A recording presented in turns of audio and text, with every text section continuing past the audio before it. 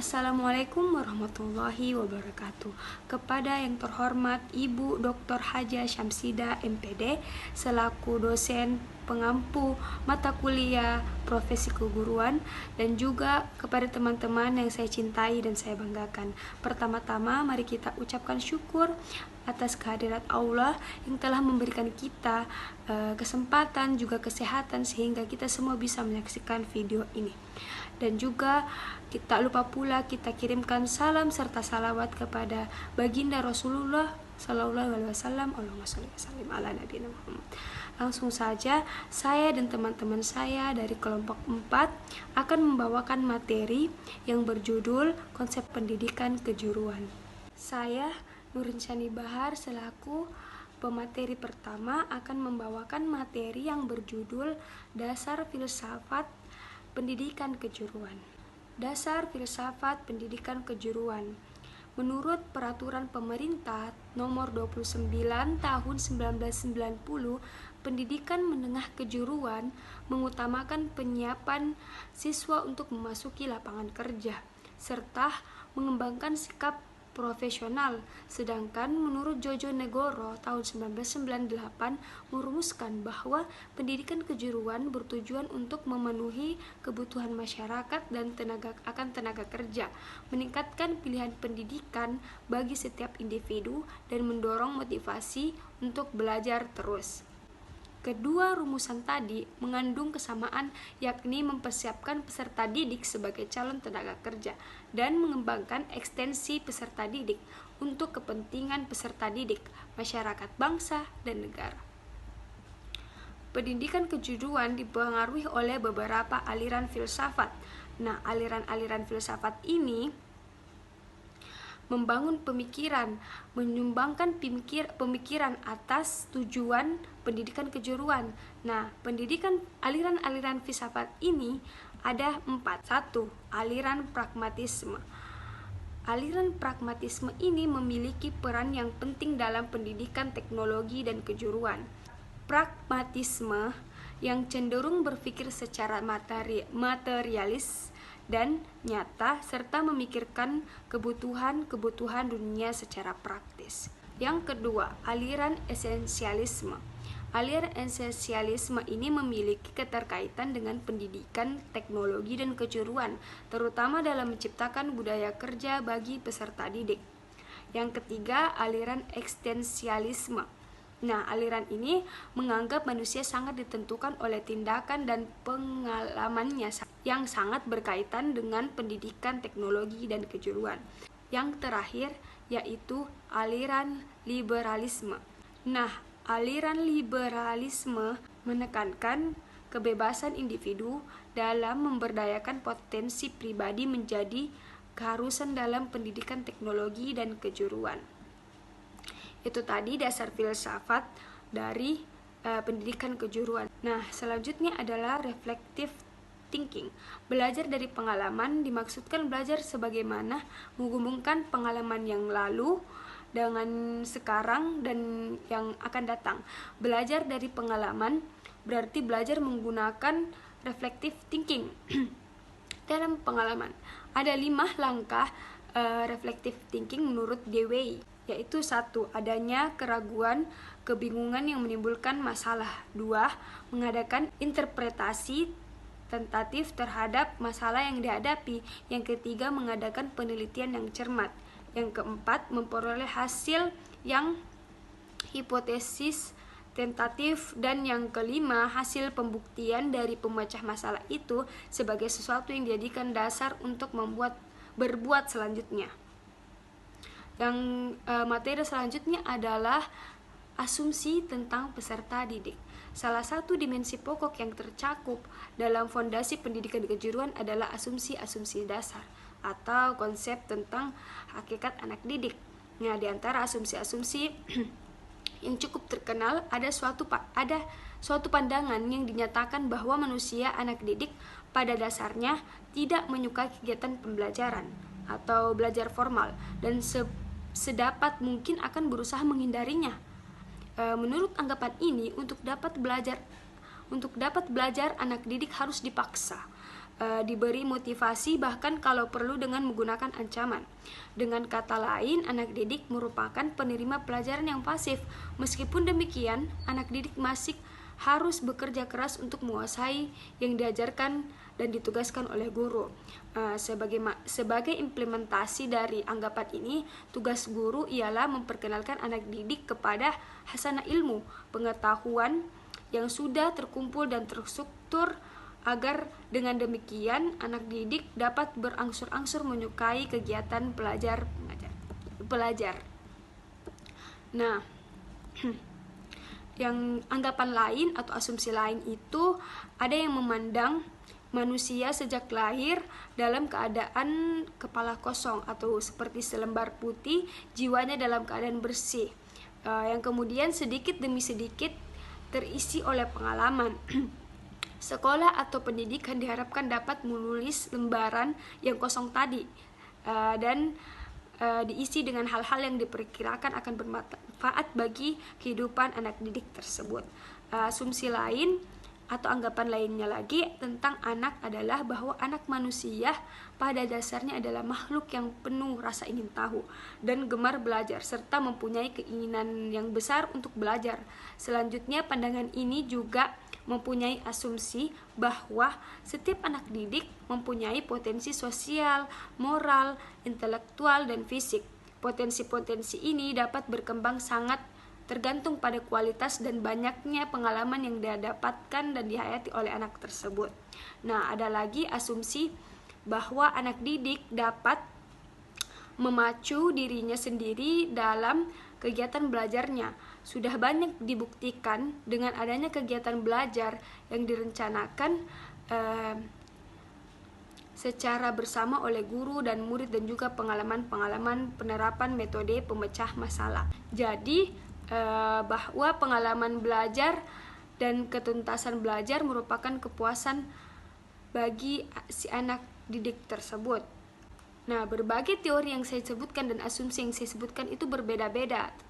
Akan tetapi, suatu kesatuan gambaran yang utuh tentang anak perlu membuat sintesis dengan menggabungkan komponen-komponen dari teori atau asumsi tersebut yang saya sebutkan tadi. Meskipun tentangan ini sangat kuat dan tidak mustahil menghasilkan lebih banyak perbedaan dan daripada kesamaannya, tetapi hal ini penting untuk dilakukan mengingat asumsi dasar tentang anak didik ini sangat diperlukan bagi proses perencanaan, implementasi, dan pengembangan pendidikan kejuruan. Jadi tadi ada 4 asumsi tentang pendidikan kejuruan, tentang anak didik. Itu tadi materi yang saya sampaikan. Selanjutnya saya akan menyerahkan materi selanjutnya kepada teman saya, Saudari Miftah. Assalamualaikum warahmatullahi wabarakatuh. Nama saya Miftahul Jannah sebagai pemateri selanjutnya. Materi yang akan saya bawakan yaitu konteks sosial pendidikan kejuruan. Dalam memahami konteks sosial pendidikan kejuruan dapat ditinjau dari hubungan dengan 3 komponen utama, yakni manusia, masyarakat, dan teknologi. Semua lembaga atau institusi sosial termasuk di dalamnya pendidikan kejuruan dipengaruhi dan dibentuk oleh kekuatan-kekuatan dari luar yang kadang-kadang asing. Secara umum, setiap perkembangan sosial berpangkal pada situasi dan kondisi sosial tertentu. Dalam kondisi itu kemudian muncul pemikiran tentang hakikat manusia dan potensinya, termasuk kemungkinan yang akan dicapai. Dari kesenjangan antara kondisi sosial dan kondisi filosofis tentang kemampuan manusia dan potensinya, kemudian disadari perlunya perubahan untuk menutupi kesenjangan antara apa yang ada dengan apa yang diinginkan. Sejalan dengan itu, teknologi muncul atau diciptakan manusia dalam usahanya untuk mengadakan perubahan, pembangunan, ataupun penyesuaian ke kondisi sosial yang baru yang lebih baik dari sebelumnya. Seiring dengan perubahan kondisi tersebut, muncul pula perubahan pandangan tentang hakikat manusia dan potensinya. Demikianlah seterusnya proses tersebut di atas senantiasa berulang-ulang. Dari generasi yang satu ke generasi berikutnya, manusia dan masyarakat pada umumnya selalu dihadapkan pada suatu problem untuk memelihara dan melestarikan kebudayaannya. Dalam kehidupan masyarakat modern, pewarisan dan pelestarian budaya ini dikaitkan erat sekali dengan proses pendidikan. mulai dari pendidikan keluarga yang mendidik anak-anak untuk mewarisi nilai-nilai dan norma kehidupan, cara berpikir dan cara mencari nafkah, sampai ke lembaga pendidikan yang lebih formal, yaitu di sekolah. Dengan demikian, isi proses pendidikan yang berlangsung diharapkan dapat mentransfer hasil budaya, gagasan, nilai dan norma untuk dapat menutup jurang antara orang tua dengan anaknya, antara kelompok dengan pribadi, dan antara generasi yang lebih tua dengan generasi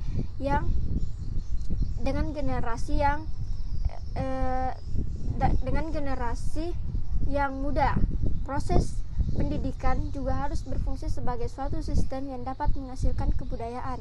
Pendidikan kejuruan tentu saja dipengaruhi oleh perubahan dan faktor-faktor yang disebut di atas. Di suatu sisi, tujuan dan isi pendidikan pendidikan kejuruan senantiasa dibentuk oleh kebutuhan masyarakat yang berubah begitu pesat.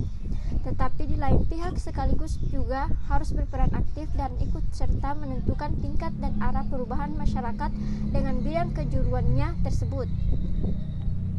Apa saja yang harus diajarkan untuk mengantisipasi perkembangan tuntutan masyarakat masa yang akan datang, sejauh mana pertimbangan antara kebutuhan masyarakat kejuruan dan kebutuhan seorang anak didik sebagai tenaga kerja di masyarakat dapat diramu secara terpadu dalam program pendidikan kejuruan. Karena sifat pendidikan itu normatif, maka jawaban terhadap pertanyaan-pertanyaan di atas tidak dapat semata-mata didasarkan atas fakta dan kebutuhan, melainkan harus juga mempertimbangkan sistem nilai yang berlaku.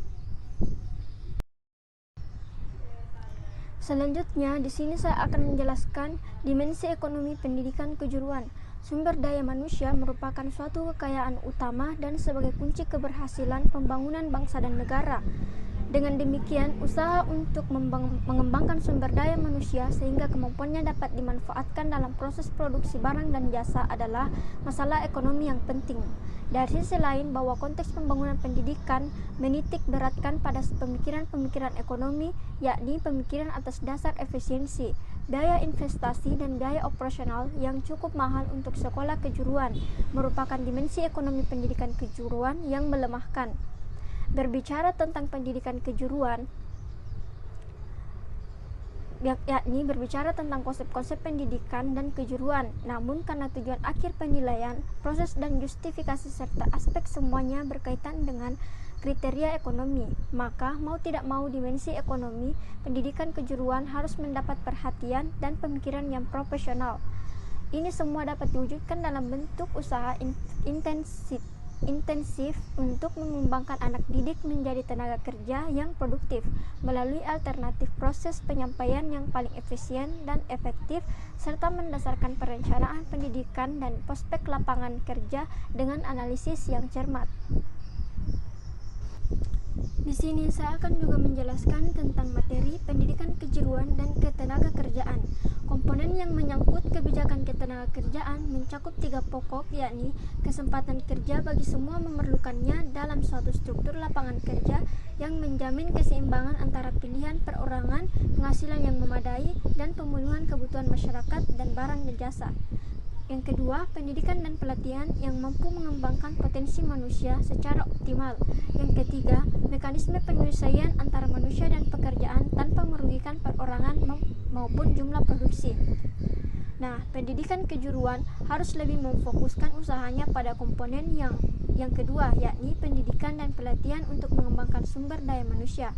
Hubungan antara pendidikan kejuruan dan kebijakan ketenaga kerjaan adalah hubungan yang didasari oleh kepentingan ekonomis, di mana segala sesuatu yang menyangkut penyelenggaraan pendidikan kejuruan ditentukan oleh sisi kebutuhan dari sistem ekonomi.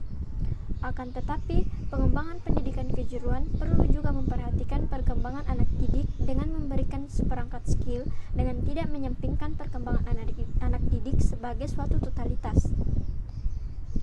Perkembangan kemampuan spesifik secara terpisah dari totalitas pribadi anak didik berarti memberi bakal yang sangat terbatas bagi masa depan anak. Sebagai tenaga kerja kejuruan yang harus selalu mengikuti perkembangan lapangan kerja, tuntutan pembangunan ekonomi yang pesat mengakibatkan struktur dan komposisi lapangan kerja berubah. apabila pendidikan kejuruan yang hanya memfokuskan pada perkembangan keterampilan dan kemampuan tertentu saja dan kurang menghiraukan kemampuan dasar kejuruannya, cenderung sistem pendidikan ini tidak akan mampu mengikuti dan mengajar perkembangan teknologi di dunia kerja dan juga di masyarakat. Sekian dari pembawaan materi yang saya berikan. Baik, bismillahirrahmanirrahim. Sebelumnya terima kasih moderator atas kesempatannya. Nah, materi selanjutnya adalah karakteristik pendidikan teknologi kejuruan. Karakteristik pendidikan kejuruan tercermin dalam aspek-aspek yang erat dengan perencanaan kurikulum. Di antaranya yaitu yang pertama, orientasi pendidikan kejuruan. Pendidikan kejuruan adalah merupakan pendidikan yang memiliki sifat untuk menyiapkan penyediaan tenaga kerja.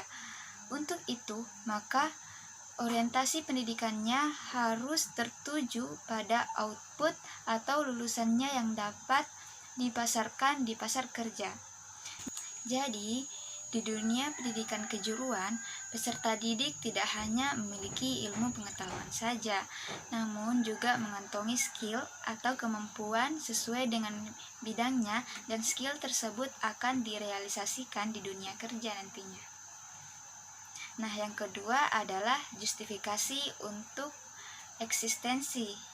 Untuk mengembangkan program pendidikan kejuruan, perlu alasan atau justifikasi khusus. Justifikasi khusus program pendidikan kejuruan ialah adanya kebutuhan nyata tenaga kerja di lapangan kerja atau di industri, baik jasa maupun barang. Nah, yang ketiga adalah fokus kurikulum.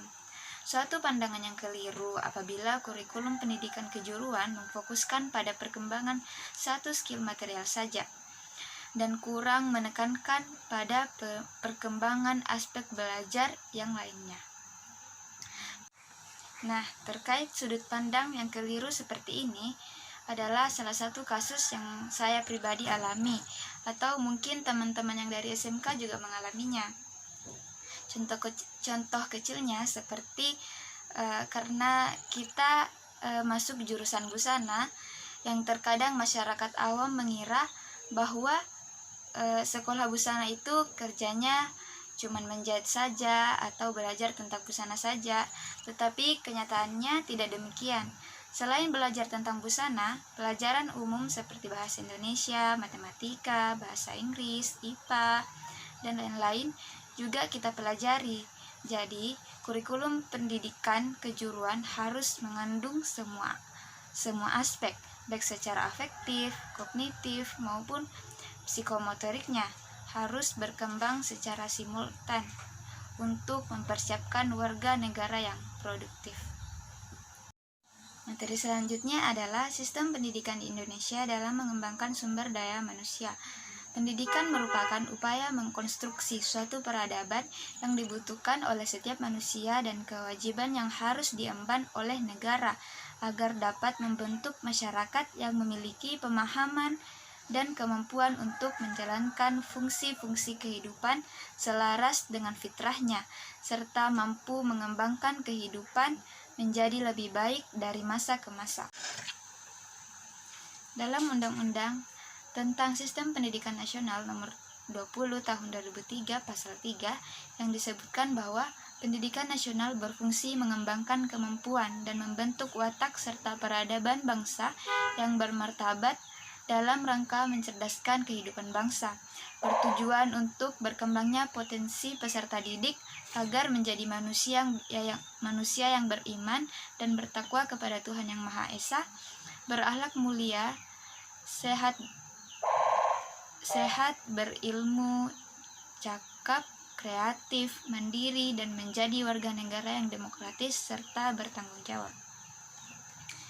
Nah, materi selanjutnya adalah struktur pendidikan vokasi di Indonesia. Dalam sistem penyelenggaraan pendidikan berorientasi dunia kerja di Indonesia, terdapat dua istilah, yaitu pendidikan kejuruan dan pendidikan vokasi. Dalam pasal 15 Undang-Undang Sisdiknas Nomor 20 Tahun 2003 dijelaskan pendidikan kejuruan merupakan pendidikan menengah yang mempersiapkan peserta didik terutama untuk bekerja dalam bidang tertentu. Sedangkan pendidikan vokasi merupakan pendidikan tinggi yang mempersiapkan peserta didik untuk memiliki pekerjaan dengan keahlian terapan tertentu maksimal setara dengan program sarjana. Dengan demikian, pendidikan kejuruan merupakan penyelenggaraan jalur pendidikan formal yang dilaksanakan pada jenjang pendidikan tingkat menengah, yaitu pendidikan menengah kejuruan yang berbentuk sekolah menengah kejuruan atau SMK. Nah, kemudian pendidikan vokasi merupakan penyelenggaraan jalur pendidikan formal yang diselenggarakan pada pendidikan tinggi seperti politeknik, program diploma, atau sejenisnya. Baik, itulah materi dari saya. Saya kembalikan kepada moderator. Terima kasih. Baik, sekian materi yang dapat kami bawakan. Terima kasih atas perhatiannya. Kurang dan lebihnya mohon dimaafkan. Wabillahi taufiq wal hidayah. Wassalamualaikum warahmatullahi wabarakatuh.